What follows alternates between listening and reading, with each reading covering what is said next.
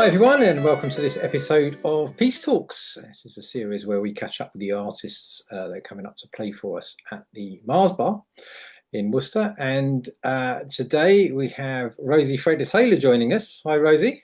Hello, hello. It's fantastic. This will actually be your third time appearing at the Mars Bar. I Your know. your first gig was with us in December 2022. So I Oh, think it wow, was was it like the that long ago? sixth band that we put on since we started. Mm. I remember it was quite cold then. It often is. And that venue, the venue can be it's a big space that needs a lot of people to warm it up. So this Yeah. time round, we'll definitely have more bodies in the room to warm the place up. We might even get Marzi to put the heating on a little bit before as well. But yeah, so fantastic. And then of course you were back in May last year with your dad's band, Steve Taylor's Fusion Few, which we'll talk a bit about in a moment. But yeah, so thanks for your time today to have a chat with us and catch up. I started this series actually in March 2023, so we didn't do one for your first gig, so it's nice to have the opportunity to have a chat with you and sort of find out a little bit more about you before the gig. Yeah. So yeah, you said you grew up in a musical family because with with your dad's band there, your mum was Josie Frater and Steve Mm. Taylor on drums. Yeah, what was that like? Was it were you kind of not pushed Yeah. into it, but music was around you all the time, I suppose? I wouldn't say what was that like. I would say what is it like? Yeah. Because it's we're sort of like the mafia, I would say, or some sort of British suburban version of the mafia, of the musical mafia. It was, I mean, it was kind of, what can I say, like pivotal probably to me becoming a musician in so many ways. I guess in terms of the my tastes as like a songwriter, and the kind of genres I got into. So Mhm. obviously my parents are kind of they both studied jazz and they both are jazz musicians, and I went on to study jazz. And I don't know, it's up for debate whether people consider me a jazz musician these days, but I don't really. But Yeah. I do appreciate the people within that audience demographic do like what I do, because yeah, it's a nice demographic to have because they actually know what they're listening to, Yeah, which yeah, is yeah. nice, rather than all those people who don't know what they're listening to. We're not going to insult the audience from the offset. I'll try not to insult the audience too much. Um, but yeah, I think they are. I mean, music was obviously around me from a very young age. In the house, like my parents, they had their own project before I was born and after I was born, and I've played in all of their bands. Like my dad's big band, I played in that when I was like 16, Mhm. 15. And I've sort of done every gig since then with his big band, which is, yeah, quite an interesting experience. And I think also an interesting experience for everyone in the band as well, like to have that I've been playing in it for 10 years. So, and I guess also Wow. off the back of that, just like being very supportive of me sort of doing my songwriter project, which is they've always had sort of complete and utter belief in me, which I think is something you can take for granted if you're sort of brought up with that. Mhm. And I think, that people often ask them, "Oh, are you proud? Are you proud?" or whatever, whatever that means. But they're just like, my mum is just like, "No, I'm proud when she like does the dishes and she pays her rent." And so I think in that way, it was like that sort of knowing that this was always a career path that I was probably going to take, or that was they were always going to support me in that, I guess, is something that's been very important for me being in music and now as well.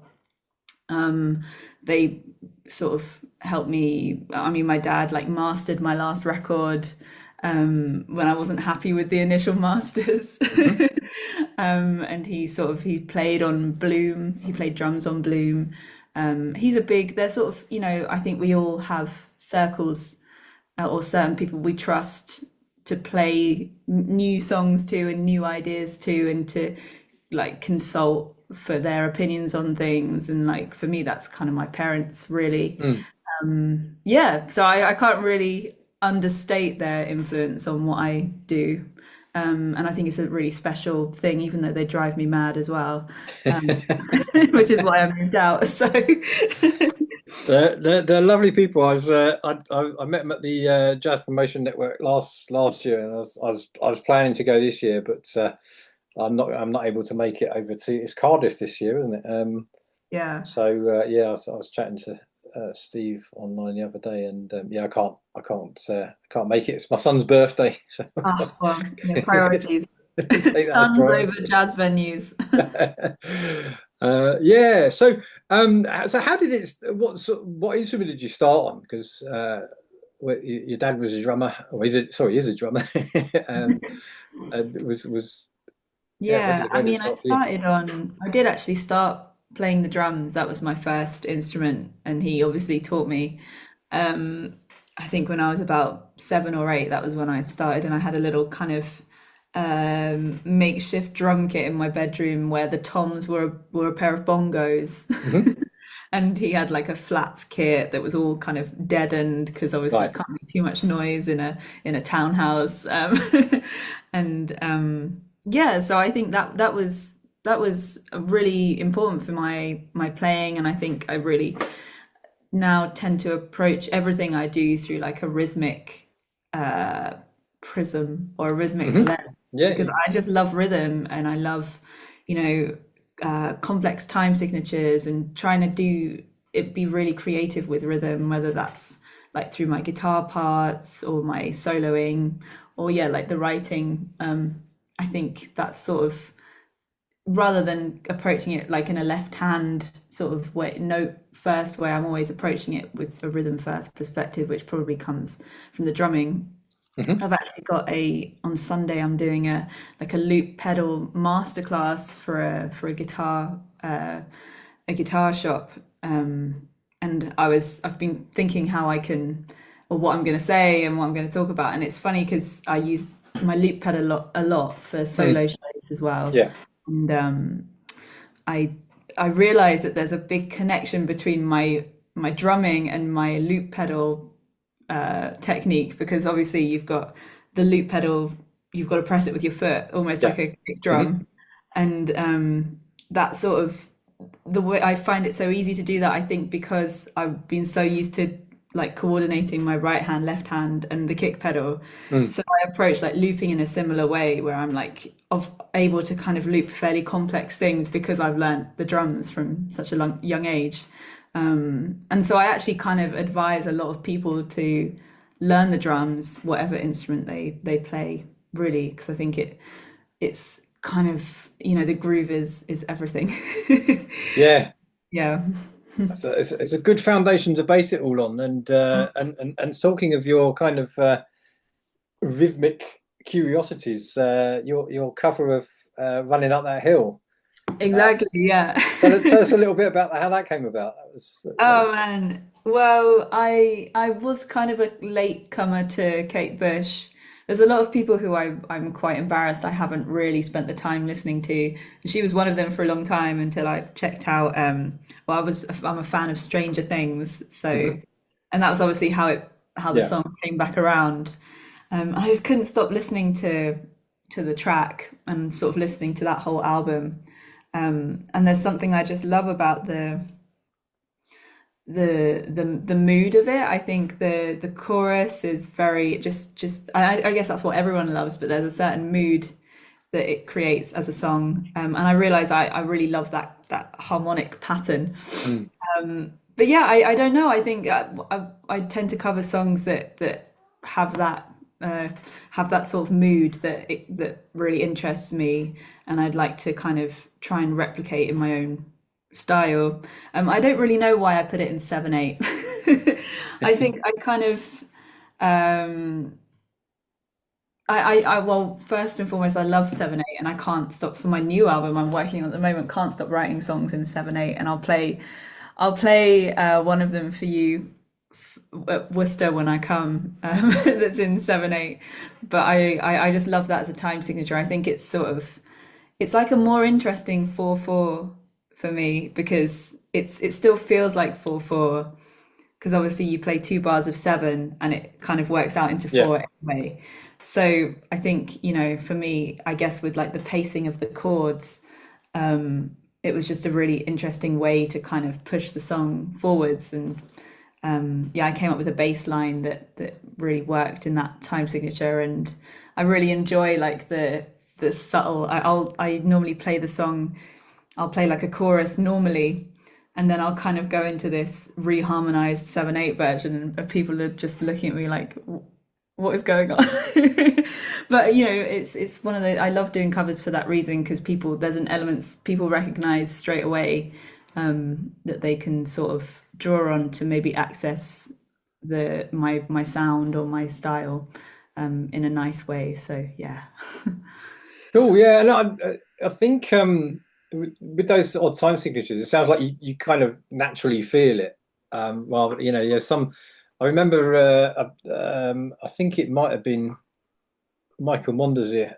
As someone on talking about learning to play in different time signatures and sort of Mm, rather than obsessing around counting, it's more of a feel with some of 100%. those odd time signatures. And as you say, it kind of slots in. If you could, maybe if you concentrate on counting too much, it kind of doesn't fit in right. But it's more of a feel, which Exactly. you Yeah. seem Well, to. that's how I write anything, any kind of odd time signature thing. So often I'll like combine time signatures, 4/4 6/8, or 6/8 7/8, 4/4 7/4, that sort of thing.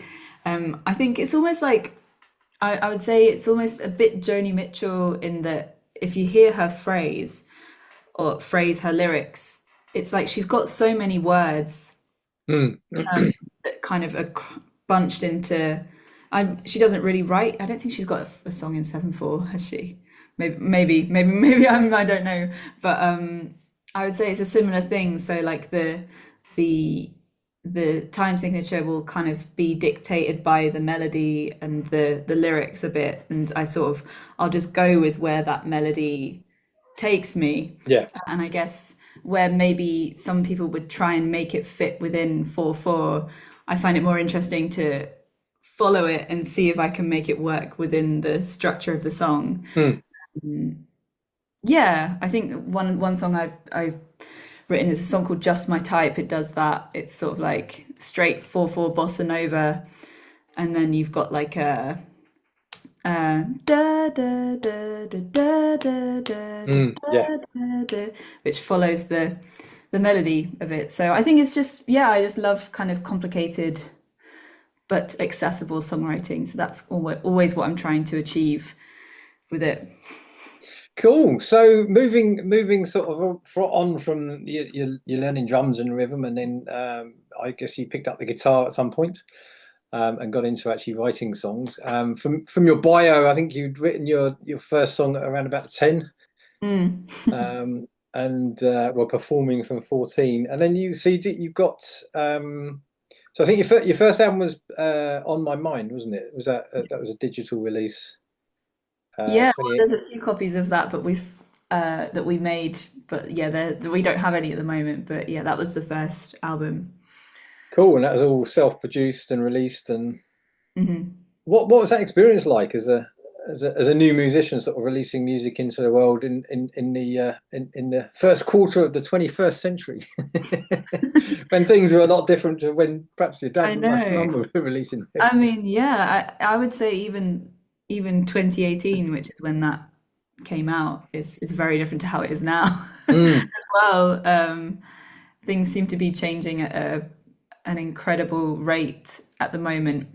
Um, but I think that experience for me was, I think it was nice, because when you first start releasing music, it's like you literally go into it with no expectations whatsoever. You're just the focus is 100% on the music. mhm.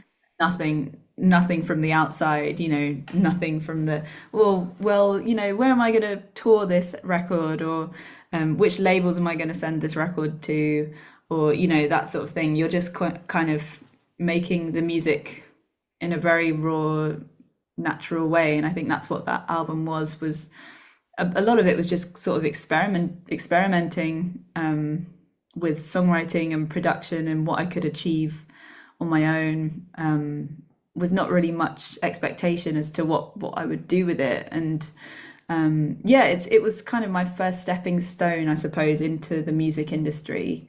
And sort of again, it was like I was working very closely with my dad on that album. So yeah, I would say it's probably like a one of those things you look back on. I mean, I would never write a song like I did on that album now, which is interesting for me, to see how my songwriting has changed. But yeah, I was kind of just expressing myself, I suppose, and then Yeah. just put it out onto Spotify, which is the beauty of how we can sort of release music nowadays, is there's not really any barrier to doing it, Mm. which is a good thing and a bad thing, I think. Yeah, But I might come on to that in a little bit actually. But so that was the first one, and then in 2021 you released Bloom. I have my copy to hand here, which I picked up ah, uh, the mostly Just Funk and Soul Festival in 2022. I remember that. Played. I remember that. Yeah, so that was actually the first time I heard of you, and we had a quick chat after that, and then managed to get you. That was in the July, and then Mm.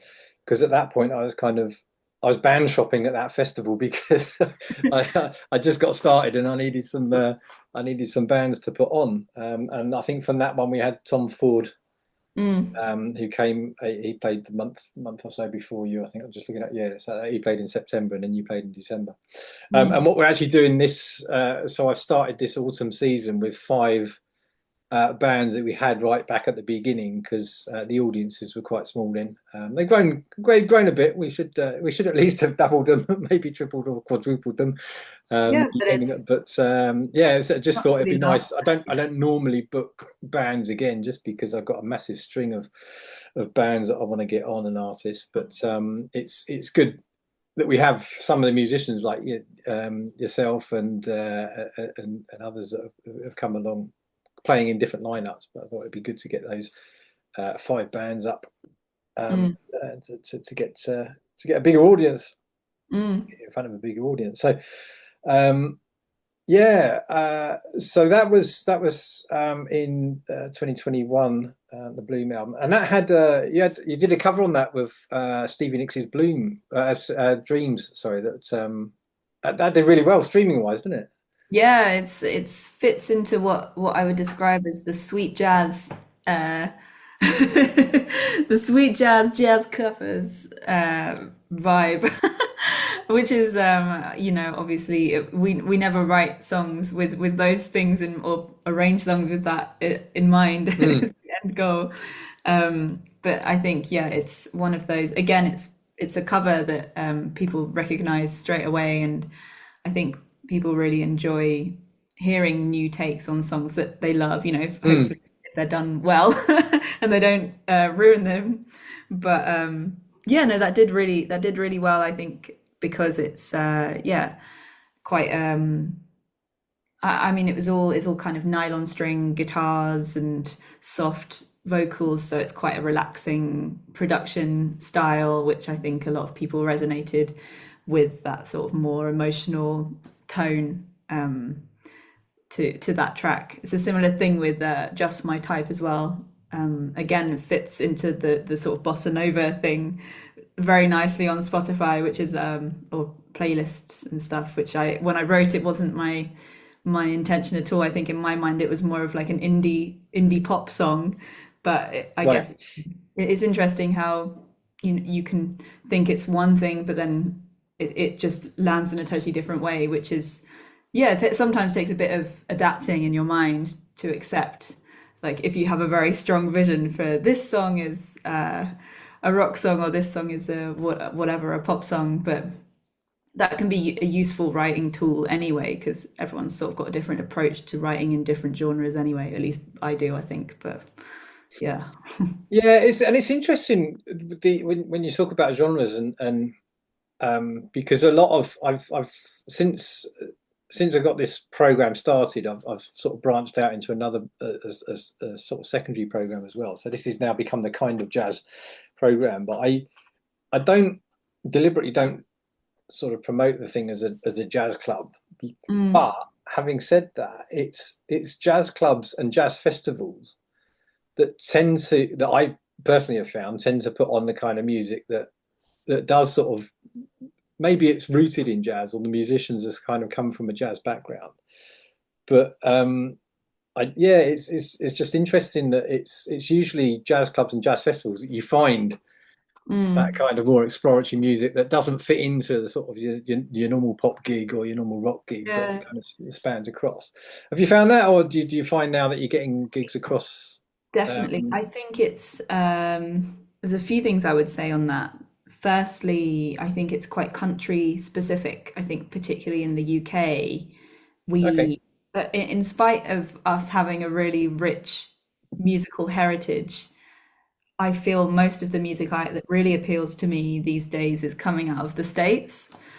Because I'm not entirely sure why, but for me, whether it's like a combination of the ground up music, the Michael Leake, Snarky Mm, Puppy sort of jazz fusion scene that you have over there, or like they seem to be more in tune with like a guitar music or like live music side of things, or maybe just because it's so big, such a big place, or in such a kind of entity in itself. I just a lot of the music that I love, which is kind of tends to be crossing genres, comes from America. yeah. People like Madison Cunningham, who I think she tends to get pigeonholed into folk when she's so much more than that. Or an artist who I love at the moment called well, obviously Willow, which Mhm. is Will Smith's daughter. I'm not sure if you've heard any of her music, but she's just put out, I'm aware of, yeah, I'm aware of her, but yeah, yeah, she's just put I out a couldn't name any of record. her tunes. Yeah, and she just put out a record called Empathogen, which topped the jazz chart. But for me, I don't think there's a single improvised solo on the whole Mm, thing. But yeah, so I think in terms of blending genres, I would say that it tends for me to happen more in different parts of the world. I think Japan as well. yeah, yeah. Very obviously that they're quite they love their jazz fusion over there. I don't know how I know that, but it's just a thing that in Japanese culture they love Yeah. jazz fusion. And sort of pop music is tends to be, maybe it comes from like anime, I'm not sure, but tends to be more interesting. But I think now at the moment we're in, I mean, I don't want to criticize the industry, but in Britain, I think we're in a bit of a stagnant place pop music wise. I don't think there's a ton of truly interesting experiment or anything Mm, experimental kind of coming out of the main industry. So I think that sort of falls on the heads of all the jazz musicians, because we cultivate audiences that love musicians who can play their instruments and love coming out to shows, and they love albums, and yeah. they love nuance, and they love listening. And I think that's kind of why and they love harmony, and they interesting chord choices, which I think is reminiscent of just a different time of music. Like 50 years ago with Joni Mitchell and James Taylor and a lot of these really solid, interesting songwriters. I'm trying to think of. I mean, there's plenty more. Even people like Seal, Mm, obviously releasing "Kiss from a Rose," which is the most out there pop song imaginable, but really works. I think it's not. I think that that's sort of falling on the jazzers within the UK industry at the moment, where I think there's definitely a wider audience or capability for the audience to love that music. I think it's just not necessarily being cultivated in the way it should be, or perhaps the way it is in other parts of the world. But that would be my very long answer to that. yeah, no, that's great, and it kind of I was just thinking back to your point earlier about how it's become a lot easier to release stuff out onto Spotify, and for better or for worse. And I think that is one of the downsides of that, and the ease, I suppose, with which people can produce something on a laptop. I mean, I remember in my late teens and that, playing around with drum machines and a bass guitar and a 4-track cassette recorder, and you had if you wanted to duplicate it, you had to duplicate, Yeah. at home if you're doing all that. And it's just the power and what you've got at your disposal in a a very affordable PC or Mac, Exactly. um, is without discrediting it to any extent, really. It's kind of, you have a lot of stuff that's being churned out that is going to sound the same. It's going to be kind of mediocre, and so there's a massive volume of stuff, and of course now it's competing with AI, and stuff that's being generated based on, oh well, that obviously does well, that sound does well, so we'll make more of that, which is, I guess, what all of, if you look at like Stockaking and Waterman in the 80s, that were just banging out hits from Kylie Minogue and all of those that sounded the same because it was something that would sell for a period of time. Yeah. um but yeah, I think I'm always sort of following with interest kind of where that is going, because a lot of artists that I speak to are kind of, and I agree, is that the live experience is actually becoming more valuable. I don't think it's got to that kind of point, because I think it's dropped off massively, obviously over the last, certainly since COVID, and with venues closing and stuff like that, the opportunities for live music have dwindled quite a lot compared to what they were 10 years ago, maybe. I think there's a lot of expectation, a generation or two, maybe even two generations, have grown up on the expectation that music is free and you can just, you can listen to it anywhere. And so I think, and I hope that the live experience will actually become much more valuable over the coming years, because everything that we listen to online and that's been sort of digitally produced becomes, it's mediocre, and and that's fine for a lot of situations, and a lot of people don't care. That's one thing that I found is, you're mentioning some people that got appreciation for the harmony and the rhythm and such like that, and that is a smaller number of people, and most people, it's just they want to hear something that they can get down to. Yeah, so I think it's an interesting, and I think there's especially with Spotify now, there seems to, I mean, I dropped Spotify a few months ago, and I think a number of people are sort of moving away from that, and it'll be interesting to see kind of how things pan out, I think, over the next 5 years. But as you were saying before, the difference between 2018 and 2021 and the next album 2025 is moving at such a pace that I think lots of changes is possible. But I hope that it leans more towards getting back into sort of grassroots live music and focusing on that experience. Yeah. I think it's impossible really to predict because I think it could go in so many different directions. There's a great writer, journalist. He's also done an interview with Rick Beato, Rick Beato on YouTube, and he's a guy called Ted Oh Joyer. yeah. I follow him. Yeah. I always kind of defer to him when I talk about this because his theory is that things have to get so bland and so kind of ridiculously samey and repetitive to the point where monetarily big companies like the Universals and the what he calls it like the macro culture, they sort of stop making profits from this music. It has to reach this sort of extremity, which I would say we're pretty close to across culture, whether it's films. If I see another biopic, I might strangle someone,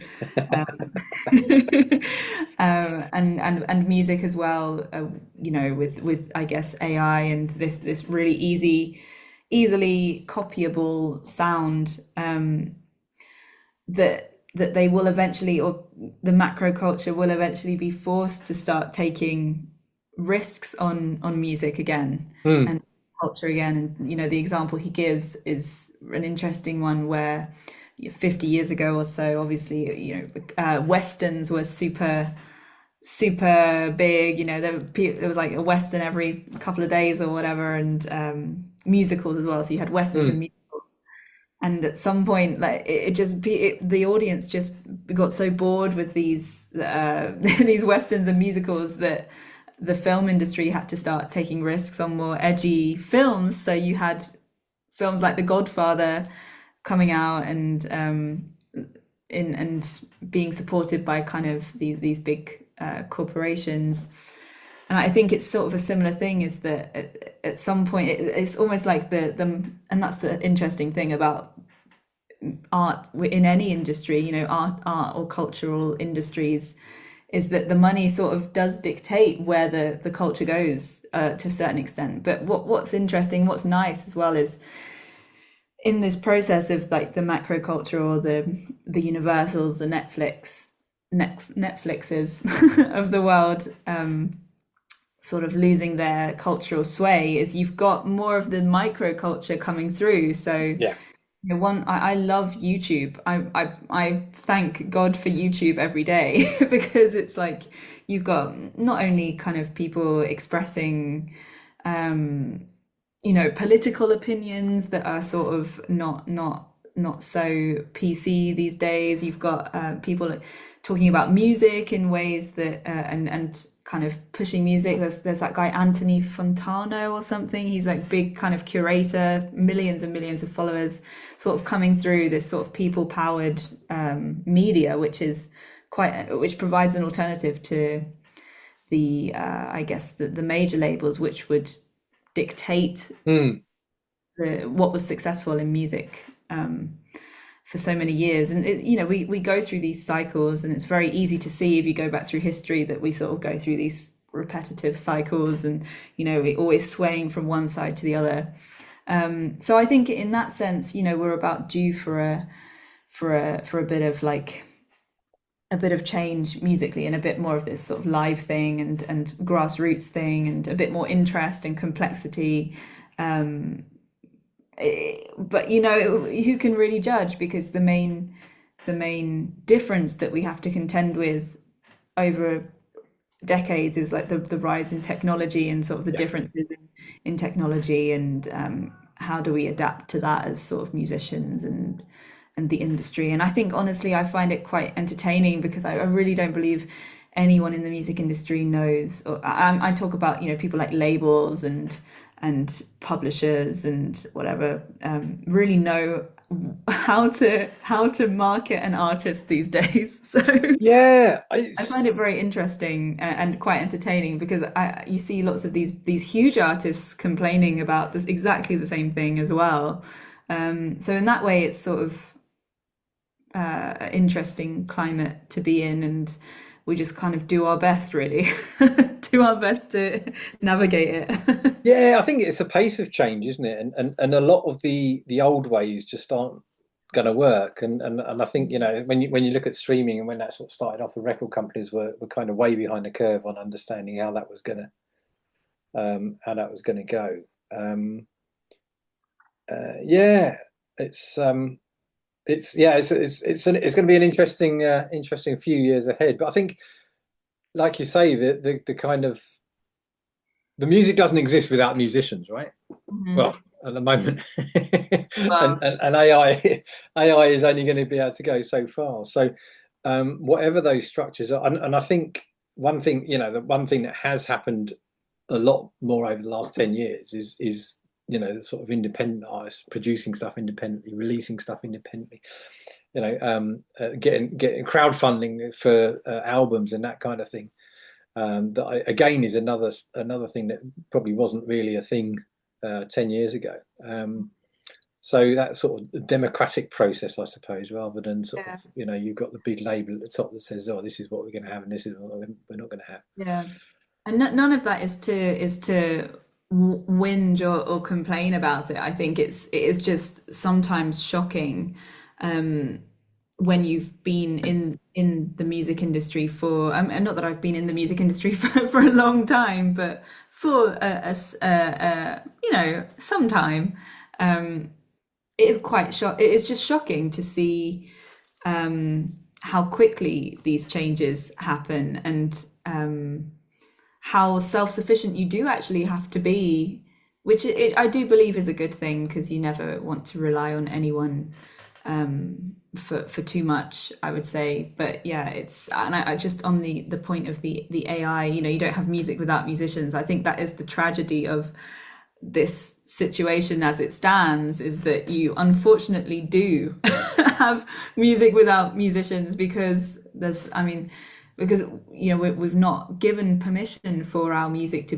be used in this way. And there's, I'm always very, like, this is even something that's come up with Spotify. I think I've seen a few videos of where the, it's in the small print, it is essentially allowing Spotify to use artists' music without, you know, without their permission, Yeah. essentially, to develop their AI, their AI models. And we already know that they're putting their own music that they own on their playlists and stuff. We know that, and so it's yeah, it's, I think that's sort of the tragedy of it at the moment. But then also there's there's a certain amount of acceptance that you have to have for these things, and also see, like, start to think about what are your strengths, like. And I think you're completely right in that if you can play your instrument, that's already a strength, because like, unless they're creating robots that can Yeah. actually play guitar, like human looking robots that go, or well, not just guitar, sorry, I forget there are other instruments that, that can get on stage and perform in a way that is compelling, like that. There's, that's sort of your USP. I mean, yeah, there's some disturbing theories about where we'll be, like, in terms of AI, and you know, what kind of jobs will still be available for us.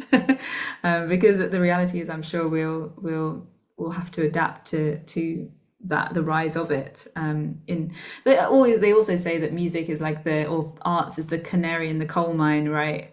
Um, what you see happening to artists first is what will probably happen to your job, and XYZ job second. But Yeah. Yeah. I think I've been watching too much YouTube. Sorry. Well, I think that's another example with YouTube. It's you know, I kind of look at everyone who's I got friends that have started channels and been running channels for a while. And you know, you had in the last, I suppose, 15 years or so, the role of an influencer on social media has come up. But Mm, if you kind of take a cynical look at that, it's effectively been training AI, you know, providing information. I mean, if you look at like a YouTube channel or something like that, I think I'd imagine it would be very easy for YouTube to spin up, you know, replicas of those doing yeah, pretty much the same thing, and you know, definitely, yeah. um, to what, yeah, to what extent. So I think, yeah, and the other thing as well, with social media is that, and the ability to play, there's a lot of clips you see of musicians shredding, and you know, it's all about the speed and the clever stuff they can do, which is cool to watch on YouTube or on Instagram or whatever. But at the same time, it's like, well, when you're in, you know, when you're in a room, 100 people, 200 people, and you're a band there, can you engage that audience? You know, Mm, and that sort of, that for me is why I go to like 3 or 4 gigs a week, yeah. as I can, you know, because it's just I just try and reinforce that myself, that that's what it's really about. It's a connection between an artist who's got something to say and people like me who kind of want to hear it in an interesting way.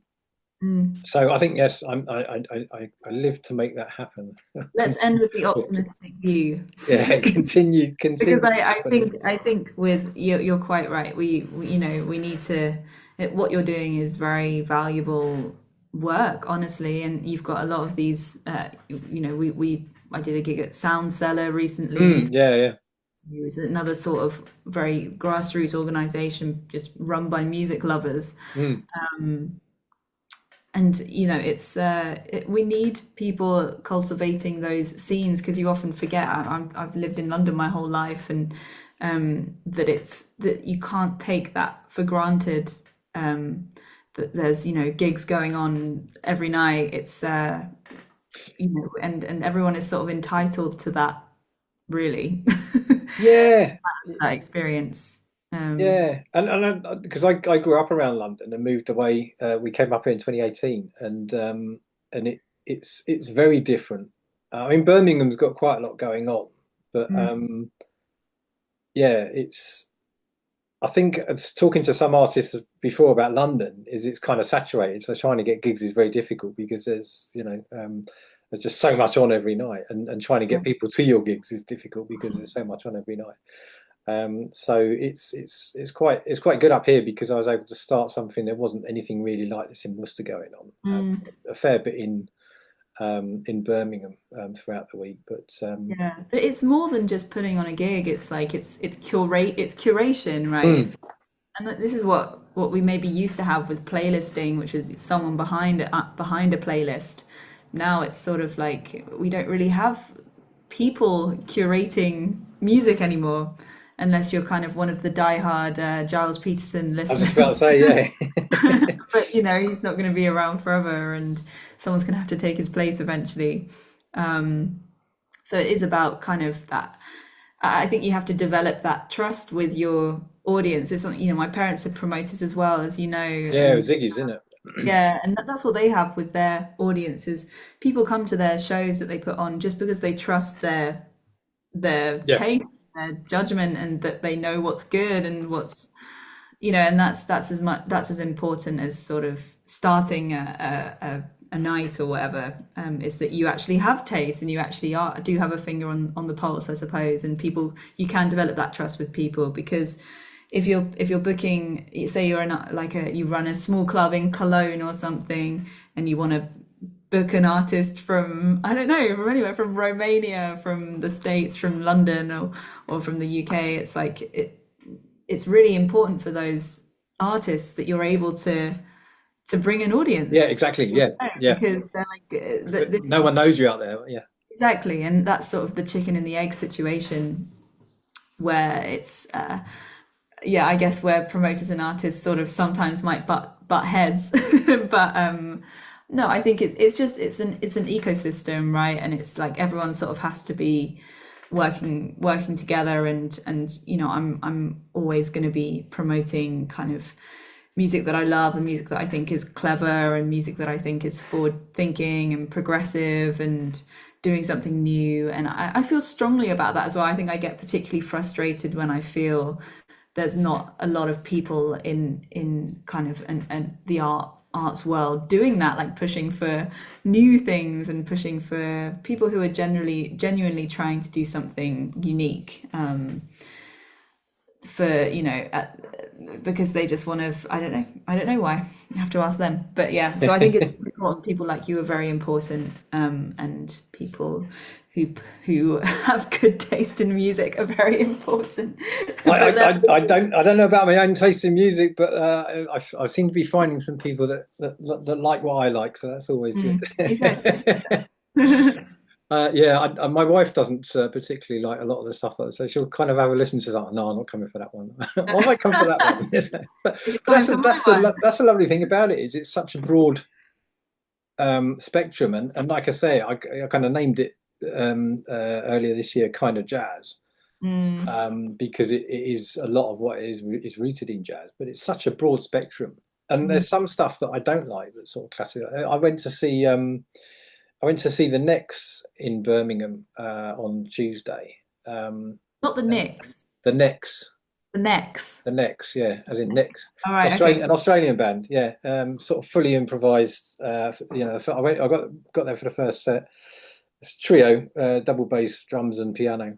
Um, and I've been to quite a few performances that have just been fully improvised, and there's a lot of excitement and stuff like that in them. But this one, I just didn't connect with it on that night. And I think sometimes you got to be I personally have to be in the right frame of mind to listen to some kind of music. And so yeah, it's but that's the thing, you can. and like you were saying, with a regular club event, you can go along to something and go, oh yeah, I like that, or I don't like that. The personal taste certainly comes into it. But But the point is, you'll go along anyway. You know, you'll yes, go along because you're. if you want to leave after the first half, then that's cool. Yeah, that's fine. You know, essentially, it's my gig. You're not allowed to But leave. at least try it. Give it a go and see. Yeah, exactly. Cool. So let's just finish up. So you got your latest album, Featherweight, Ah, look at which this. I picked up. That was another festival. That was the Brick Lane Jazz. yeah, the Brick Lane Jazz. Yeah, I think that's where I picked it up, and that's the gold vinyl. Look at that. Ah, you got the gold Got the one. gold vinyl. Yeah, that's a bit of a as you would naturally expect, a progression from Bloom.